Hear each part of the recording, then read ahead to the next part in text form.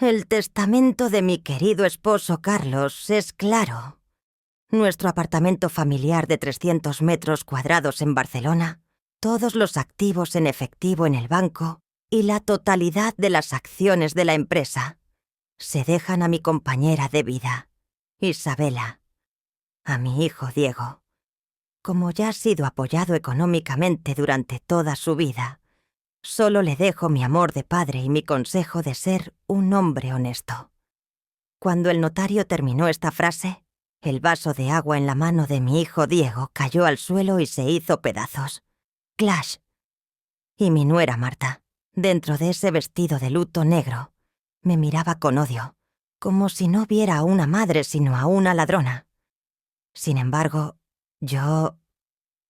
Incluso en ese momento pensaba en el recibo que tenía en mi cartera. Porque incluso esa mañana, para que Diego no se entristeciera, yo había pagado el alquiler de su casa. Hola a todos. Soy Isabela. Tengo 60 años. Perdí a mi esposo Carlos la semana pasada.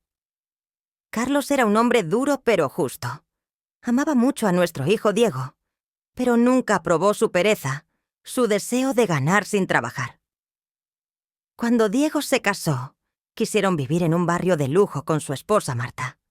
Carlos dijo, alquílenlo con su propio dinero. Pero yo, como madre, no pude soportarlo. Pagué sus alquileres en secreto. Pagué las cuotas de sus coches. Dije, que Carlos no se entere, que mi hijo esté cómodo. Diego se acostumbró a esto. Marta se acostumbró a esto. Creyeron que mi generosidad era mi obligación. Durante el funeral, Marta y Diego estuvieron siempre a mi lado. Pero sus lágrimas eran falsas. Susurraban constantemente, ¿qué haremos con la herencia de papá? Venderemos esa casa y compraremos una más grande. Daremos la vuelta al mundo. Creían que Carlos le dejaría todo a Diego, porque yo era solo una ama de casa. Según ellos, no podía administrar el dinero. Pero Carlos me conocía, y también conocía a su hijo. Cuando se leyó el testamento, el mundo se les vino encima. Salimos del notario. Diego temblaba de ira. Llegamos a casa, a nuestro gran apartamento heredado de la familia. Marta cambió de estrategia inmediatamente. Esa mirada llena de odio se fue, reemplazada por esa máscara falsa y pegajosa de nuera preocupada. «Mamita», dijo tomándome del brazo. «La decisión de papá es impactante, pero tal vez sea mejor así. Ahora estás de luto, estás confundida. No puedes administrar sola esta gran herencia. Las empresas te estafarán». Diego intervino. «Sí, mamá. Mira, no te canses. Mudémonos contigo. Esta casa te queda grande. No te quedes sola. Nosotros te cuidaremos. Gestionaremos tus cuentas». «¿Mudémonos contigo?» Su objetivo no era protegerme. Su objetivo era conquistar el castillo desde adentro. «No sé», dije, pareciendo triste y vulnerable. «Ustedes tienen su rutina, su alquiler». Diego se rió. «El alquiler no es problema, mamá. De todos modos, tú lo pagas», dijo con descaro. «No pagues alquiler en vano. Venimos aquí, y con ese dinero cubrimos los gastos de la casa». Querían apoderarse de mi propia casa, actuar como mis cuidadores con mi dinero. En ese momento, la voz de Carlos resonó en mis oídos. «Isabela, no le des pescado a Diego. Enséñale a pescar. Si no, te comerá a ti también». Asentí con la cabeza. «Está bien», dije en voz baja. «Vengan, pues». Los iba a recibir en casa. Pero esto no sería una rendición. Sería una prueba. A la mañana siguiente, esa casa silenciosa donde guardaba luto por mi esposo Carlos se había convertido en un almacén de carga. Me desperté con ese sonido molesto de las cintas de embalaje. Cric, cric. Cuando bajé al salón, vi que Marta estaba metiendo mis jarrones antiguos en cajas, y Diego estaba desparramado en el sillón de cuero favorito de su padre, con los pies sobre la mesita, jugando con el teléfono. «Buenos días, madre Isabela». dijo Marta sin mirarme. Estamos guardando estas cosas viejas en el depósito. La casa necesita un poco de energía joven. Esto es muy lúgubre. En mi propia casa, el destino de mis cosas se estaba trazando sin mi conocimiento. No dije nada. Pasé a la cocina. Iba a ir a hacer café, pero la cafetera no estaba en su lugar. «¿Marta?», llamé. «¿Dónde está la cafetera?». Marta asomó la cabeza desde el salón. Tenía esa expresión falsa de lástima en su rostro. «Mamita, tú guardaste la máquina en el armario anoche. Lo olvidaste». Me detuve. ¿La había guardado? No, estaba segura. Estaba sobre la encimera. Abrí el armario. La máquina estaba allí. «¡Dios mío!», dije. «No lo recuerdo». Marta se volvió hacia Diego, susurrando, pero de manera que yo oyera. «¿Lo ves, Diego? Su memoria va y viene. La muerte de papá le afectó mucho». Por la tarde me preparé para ir al mercado. Había puesto mi bolso en su lugar habitual, sobre el aparador. Miré. El bolso no estaba. Busqué en el salón, busqué en la cocina. No estaba. Empecé a entrar en pánico. Dentro estaba mi billetera, mi identificación. «¿Han visto mi bolso?», pregunté con prisa. Diego, sin levantar la cabeza de la televisión, dijo: «Mamá, lo tienes en la mano». Miré. Mi mano estaba vacía. «¿Te estás burlando de mí, Diego? No está en mi mano». Marta vino a mi lado.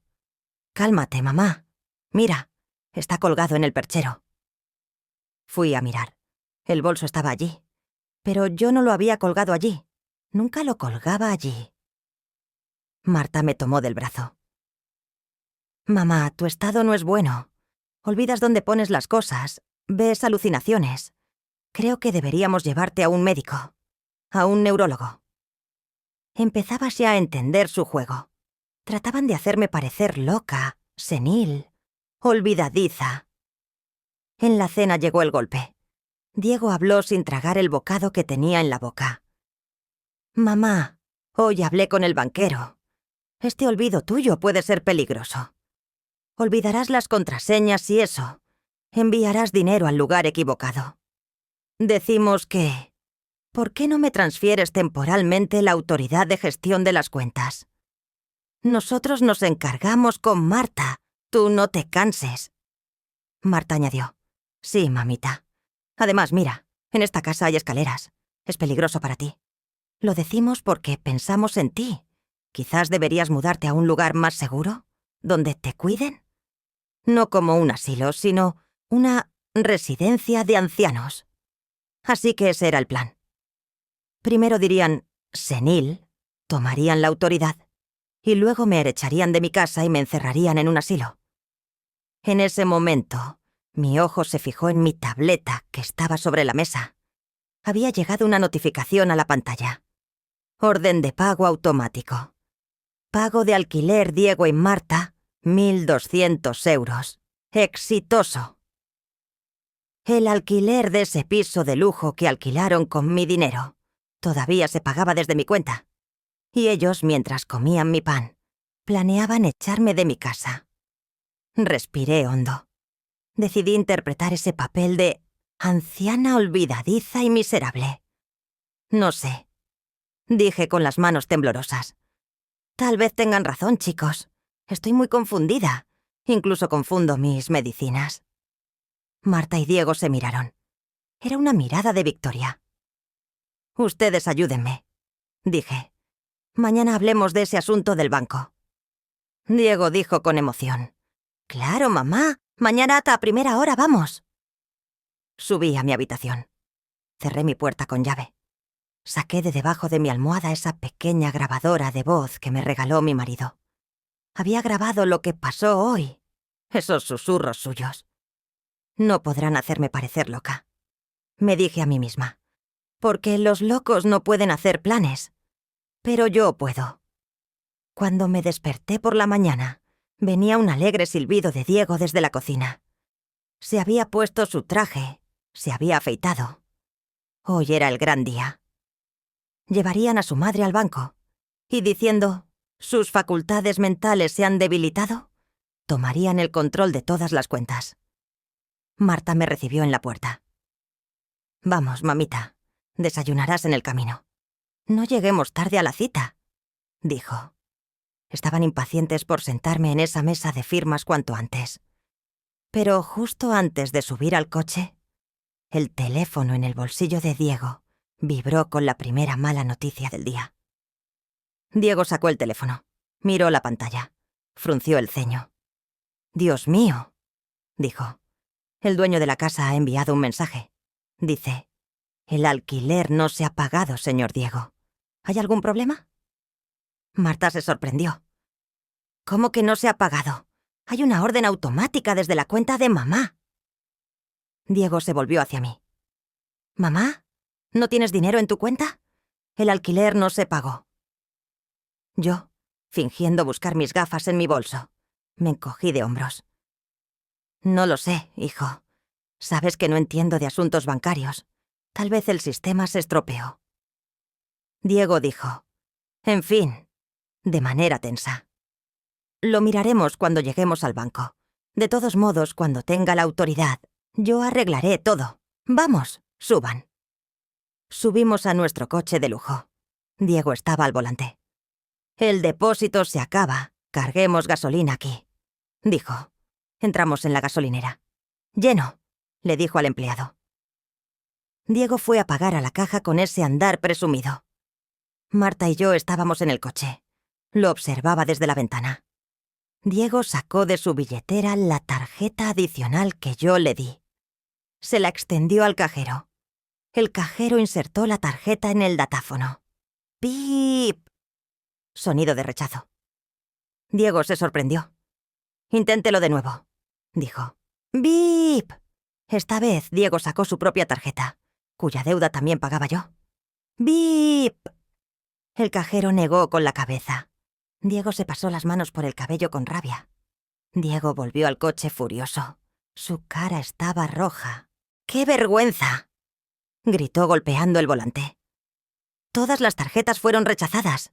Dice saldo insuficiente o bloqueado. Mamá, ¿qué hiciste con estas cuentas?» Marta también se volvió hacia mí. «Mamá, ¿qué pasó con el dinero de papá?»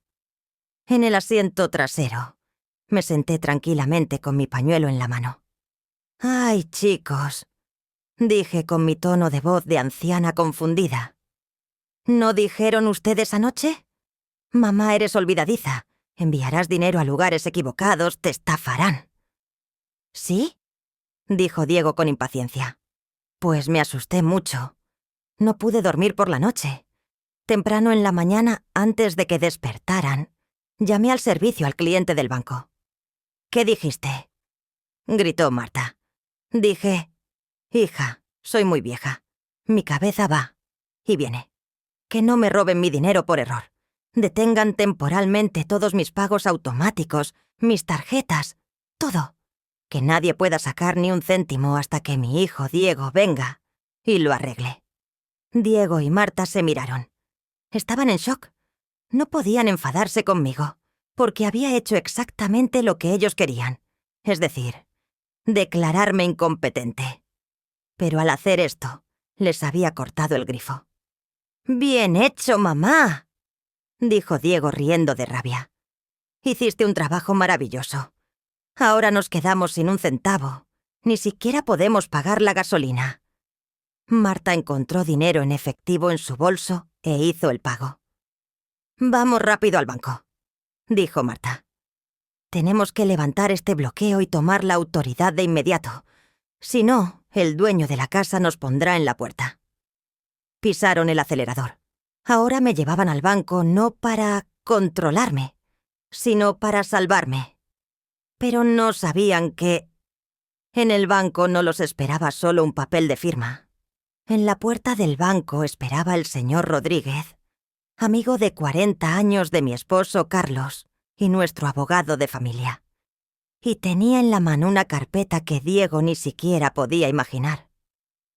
Sonreí para mis adentros cuando el coche se detuvo frente al banco. «Vamos a ver, chicos», dije. «Veamos qué más recordará esta madre olvidadiza». Cuando entramos al banco, Diego tenía prisa.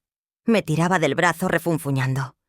«Vamos, mamá, firma esto de una vez para que abran las tarjetas. Quedamos en ridículo ante la gente». Pero cuando abrimos la puerta de la sala de clientes especiales, adentro no solo estaba el director del banco. En la cabecera de la sala, el señor Rodríguez, amigo de 40 años de su padre y nuestro abogado de familia, estaba sentado erguido como un muro de tribunal con una carpeta gruesa en la mano. Diego se detuvo. «Tío Rodríguez, ¿qué haces tú aquí?», preguntó. El abogado lanzó una mirada fría por encima de sus gafas. «Tu madre me llamó, Diego. Al parecer tenemos que hablar del futuro de la familia».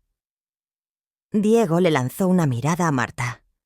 Sus planes se habían estropeado, pero no se rindieron. Marta intervino de inmediato.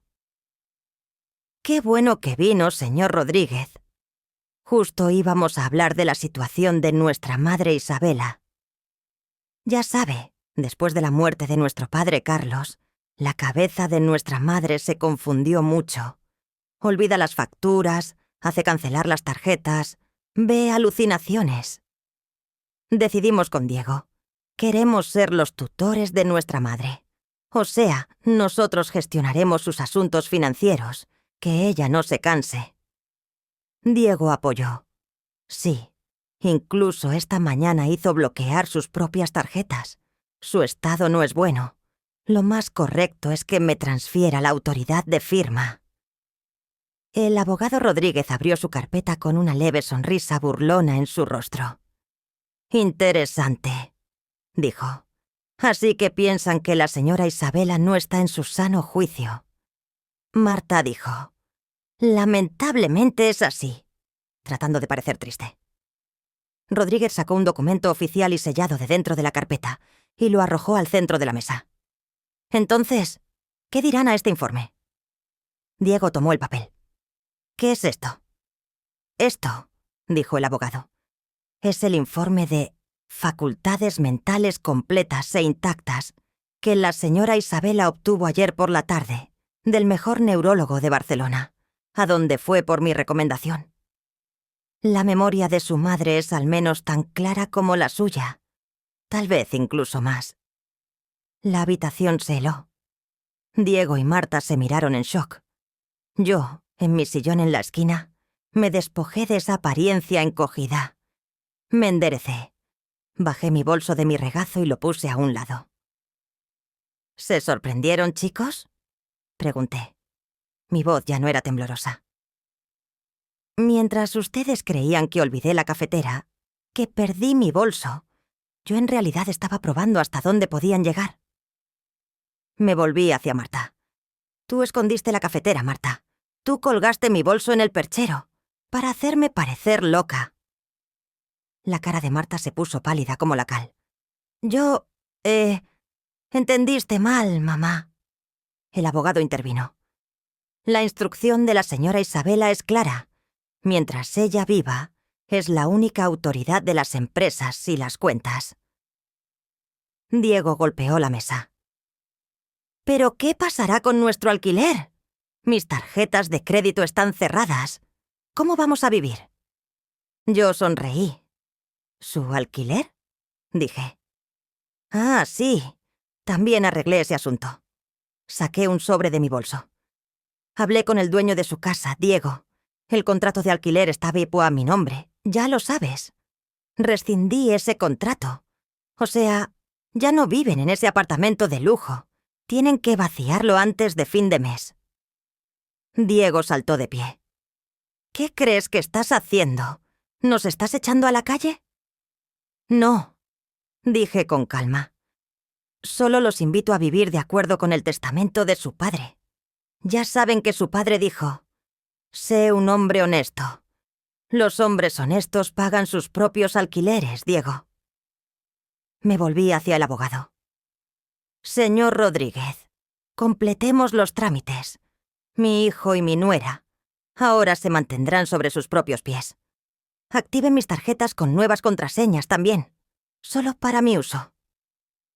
Miré a Diego y a Marta por última vez. Bienvenidos al mundo de los adultos, hijo, dije. Aquí no a qué horas hay comida gratis. Cuando volvimos del banco a casa, no se oía ni un suspiro dentro del coche.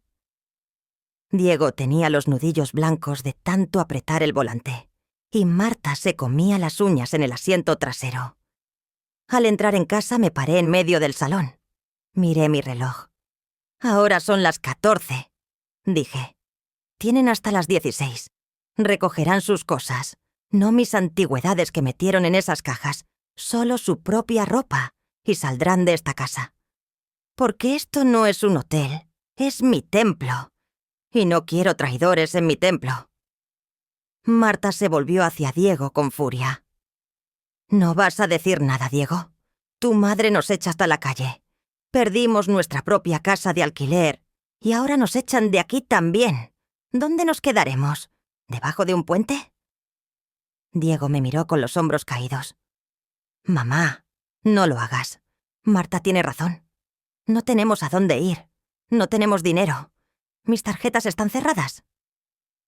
Encuentra un trabajo, Diego, dije con frialdad. Tu padre tenía 2 trabajos cuando tenía tu edad. Tú también puedes hacerlo. En ese momento Marta explotó. ¿Trabajo?, gritó. Yo no me casé con un camarero o un dependiente. Me casé con Diego porque era el heredero del señor Carlos. Me prometiste una vida, Diego. Dijiste, cuando mi madre muera todo será nuestro. ¿Ahora qué tenemos? Una gran nada. Diego miró a su mujer en shock. Marta, ¿qué estás diciendo? Creí que me amabas. Marta soltó una risa amarga. ¿A ti? ¿Ibas a amar tu carácter cobarde? Amé tu apellido y las posibilidades que traía ese apellido. Pero tu madre, esa bruja de tu madre nos quitó todo. Marta corrió al dormitorio. Fuimos tras ella. Abrió los armarios. Empezó a llenar la maleta solo con su ropa más cara, sus pieles y esos bolsos de marca comprados con mi dinero. Sssst. Sonido de cremallera. Abrió el joyero. Vació el contenido en su bolso. ¿A dónde vas?, preguntó Diego con voz llorosa. A casa de mi madre, dijo Marta. Y ni se te ocurra seguirme. Mi abogado te enviará el protocolo de divorcio. Aunque no reciba pensión, al menos me libraré de esta miseria. Se dirigió a la puerta. Justo al salir se detuvo. Se quitó el anillo de diamantes del dedo. Pensamos que se lo daría a Diego, pero no. Miró el anillo. Dijo, esto servirá al menos para unos meses. Y se lo metió en el bolsillo. Lanzó una última mirada a Diego. Inútil, dijo, y salió dando un portazo. ¡Pum! La casa se sumió en el silencio. Diego se quedó petrificado en medio del salón, abandonado, sin un centavo y con el orgullo roto. Se derrumbó en el suelo. Se tomó la cabeza entre las manos. Se fue, dijo. Todo se fue. Me acerqué a él lentamente. No le toqué el hombro. Solo me paré frente a él. No se fue todo, Diego, dije. Solo tiramos el lastre. Marta no te amaba, hijo. Ella amaba mi billetera. Cuando la billetera se cerró, el amor también se acabó.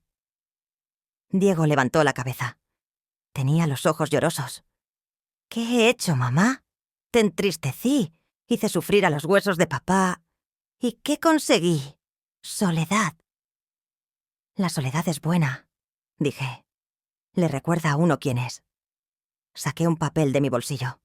Ahora levántate. Hay una última cosa que te daré, pero no es dinero. Diego se había quedado congelado como una estatua en medio del salón, dentro del silencio que dejó la partida de Marta. Sus lágrimas se habían secado, pero esa expresión de niño abandonado todavía estaba en su rostro. Me incliné hacia él y dejé ese pequeño objeto de metal que saqué de mi bolsillo en su palma. Diego se sobresaltó. Abrió la mano. Lo que estaba en su palma no era un cheque o una tarjeta de crédito. Era una llave de hierro oxidada. «¿Qué es esto, mamá?», preguntó con voz ronca. «Esto», dije, «es la herencia de tu padre, Diego. Pero no la herencia que crees. Es la llave de ese pequeño taller donde tu padre empezó todo desde cero. Diego miró la llave. ¿Esa vieja tienda en el polígono industrial? Pero eso es una ruina, mamá. Habrá ratas. Las habrá, dije. También las había cuando tu padre la alquiló por primera vez. Pero limpió esas ratas, quitó el óxido y construyó un imperio desde allí. Ahora es tu turno. Le extendí otro sobre. Dentro de este sobre hay un pequeño capital suficiente para que limpies esa tienda y empieces a trabajar. Te servirá para un mes. El resto depende de ti. O trabajas en esa tienda y te haces un hombre, o tiras la llave a la basura y corres tras Marta. Diego se levantó. Apretó la llave con fuerza. Marta no está, dijo. Ahora solo estoy yo. Quiso abrazarme, pero se detuvo. No se veía digno de ello. Solo bajó la cabeza. Gracias, mamá, dijo y salió de la casa. Pasó un año. Durante este año no dejé entrar a Diego en casa. Solo contesté sus llamadas para decir, ¿estás bien? Nunca le permití pedir dinero. Escuché que dormía y vivía en la tienda. Limpió, reparó las viejas máquinas de su padre. Trabajó con sus propias manos, manchándose de grasa y óxido. Esa princesa de Barcelona se había ido. En su lugar había llegado un trabajador con manos callosas. Resolución. Desayuno de domingo. Un domingo por la mañana llamaron a mi puerta. Abrí. Frente a mí estaba Diego. No llevaba ropa de marca. Llevaba una camiseta limpia pero vieja y unos vaqueros debajo. Había adelgazado. Su cara estaba quemada por el sol. Pero sus ojos... Esa mirada opaca y mimada se había ido, reemplazada por una luz brillante y segura de sí misma. Tenía un paquete en la mano. «Buenos días, mamá», dijo. «Vine a desayunar contigo y compré pan fresco de la panadería, con el dinero que gané yo mismo». En ese momento se me hizo un nudo en la garganta. Esos regalos lujosos, esos bolsos caros. Ninguno era tan valioso como ese pan de 2 euros que mi hijo ganó con el sudor de su frente. Conclusión. En la mesa. Lo dejé entrar. Desayunamos juntos. Ni siquiera mencionó a Marta. «La tienda va bien, mamá», dijo. «Contraté a 2 aprendices. Los antiguos clientes de papá empezaron a volver». Lo observé. Cómo partía el pan mientras comía. Cómo bebía el agua. Ya no estaba sentado frente a mí un heredero despilfarrador, sino un hombre. Miré la foto de Carlos colgada en la pared. «¿Lo viste, Carlos?», dije para mis adentros. «Tú le dejaste el dinero. Yo le enseñé la vida». ¿Qué aprendimos de esta historia, amigos? No ahoguen a sus hijos con dinero. El mayor regalo que pueden darles es el poder de mantenerse sobre sus propios pies. Si se caen, no los levanten de la mano. Dejen que aprendan a levantarse. Porque un día, cuando ustedes no estén, lo que los mantendrá en pie no serán las cuentas bancarias, sino su carácter. Soy Isabela, la madre que recuperó a su hijo a costa de perderlo. ¿Qué hubieran hecho ustedes? ¿Habrían perdonado a Diego o le habrían dado esa llave oxidada? Espero sus opiniones en los comentarios. Esta historia va para todas las madres abnegadas. Además, no olviden suscribirse a mi canal y darle me gusta al video. Nos vemos en la próxima historia. Adiós.